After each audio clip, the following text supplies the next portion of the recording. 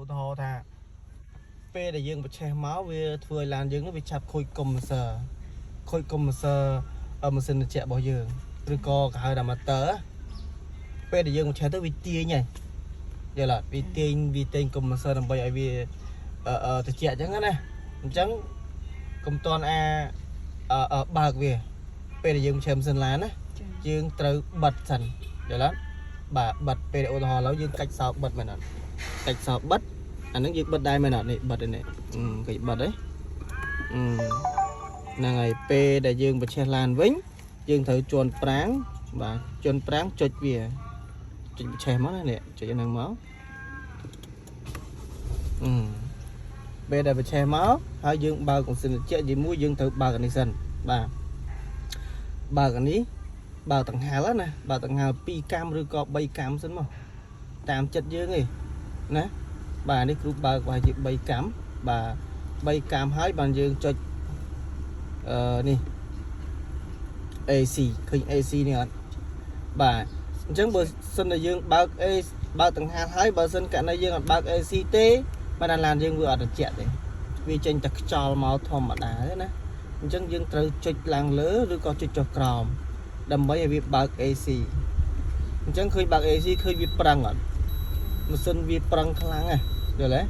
បាទបន្ទាប់ពីបើក AC ហើយយើងត្រូវនេះឃើញដាក់អូតូហ៎អូតូហ្នឹងវាពេលយើងចុចទៅបើកអូតូទាំងអស់យល់អត់បាទបន្ទាប់ពីបើក AC ហើយយើងត្រូវចុចនេះ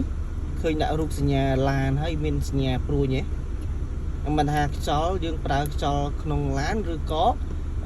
ខ្យល់ក្រៅឡានខ្យល់ធម្មជាតិណាពេលដែលយើងបើកឡានទៅខ្យល់បុកចូលហើយអានេះយើងនៅប្រើខ្យល់ក្នុងឡាននេះឃើញអត់អញ្ចឹងពេលយើងបើកទៅខ្យល់ធម្មជាតិមកវាអត់ចូលដោយសារយើងកំពុងបើកខ្យល់ក្នុងឡានយល់អត់អញ្ចឹងបើសិនយើងចង់បើកខ្យល់ធម្មជាតិយើងត្រូវបិទវាចោលអាហ្នឹងខ្យល់វាបក់មកហើយក៏ក្លិនវា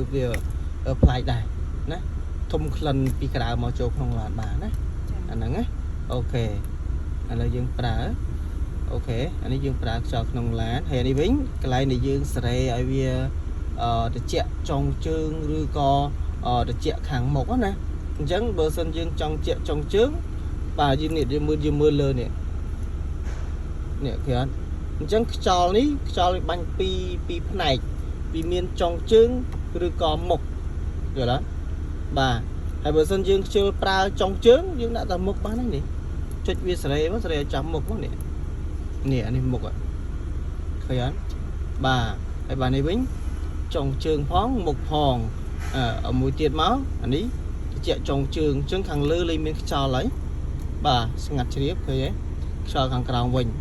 បាទត្រជាក់ចុងជើងវិញណាហើយបាទនេះវិញត្រជាក់ចុងជើងហើយអារូបសញ្ញានេះគេហៅថាសញ្ញាបឺតក្លិនឬក៏សញ្ញាបញ្ចេញក្លិនមិនល្អទៅក្រៅឡានយល់អត់បាទហ្នឹងហើយអានេះពាក់ព័ន្ធជាមួយនឹងជំងួតកញ្ចក់ក្រោយបើសិនកញ្ចក់ក្រោយយើងមានទឹកដក់ទឹកអីនៅលើកញ្ចក់បាទអាហ្នឹងយើងត្រូវប្រើឲ្យវាជំងួតឲ្យអស់ទឹកណាពេលដែលមេឃចុះអាបចុះអីយើងអាចប្រើប្រាស់នឹងបានដែរហើយបាទនេះវិញស្ថានភាពពេលដែលយើងចង់ឲ្យវាត្រជាក់ឬក៏ក្តៅឧទាហរណ៍នៅស្រុកគេអាសាប្រើកម្ដៅណាស្រុកយើងគេអាសាប្រើឲ្យវាត្រជាក់មែនអត់អញ្ចឹងប្រើឡូហើយប្រភេទដែលប្រើឡូនេះក៏គេមិនឲ្យដល់ប្រើឡូដែរតែគឺគេឲ្យរៀងលឿនតិចណាឲ្យរៀងឡើង18ឬក៏19ក៏បានដែរណាកុំប្រើឡូពេកបើប្រើឡូបានតែវាប្រឹងខ្លាំងម៉ាស៊ីនវាប្រឹងខ្លាំងណាក៏វារៀងស៊ីសាំងដែរអញ្ចឹងយើងប្រើត្រឹម18ឬក៏19អញ្ចឹងទៅណាបាទបើសិនយើងប្រើលើពេកក្តៅយល់ទេក្តៅខ្លាំងអត់កើតទេណាស្រុកយើងគេឲ្យយើងប្រើឲ្យវាត្រជាក់យល់អត់អូខេហើយភ្លើងសញ្ញានេះគេហៅថាភ្លើងសញ្ញាសន្នឬក៏ភ្លើងសញ្ញាសុំផ្លូវឧទាហរណ៍ករណីយើងឈប់មួយផ្លែតអីចឹងណាឈប់មួយផ្លែតឲ្យបងប្អូនយើងចុះទៅទិញអីចឹងយើងអាចប្រើភ្លើងសញ្ញានឹងបានដែរណាអញ្ចឹងភ្លើងនឹងវាភ្លឺខាងមុខ2ខាងក្រោយ2ដូចភ្លើងសញ្ញោអញ្ចឹងណាអូខេបាទហ្នឹង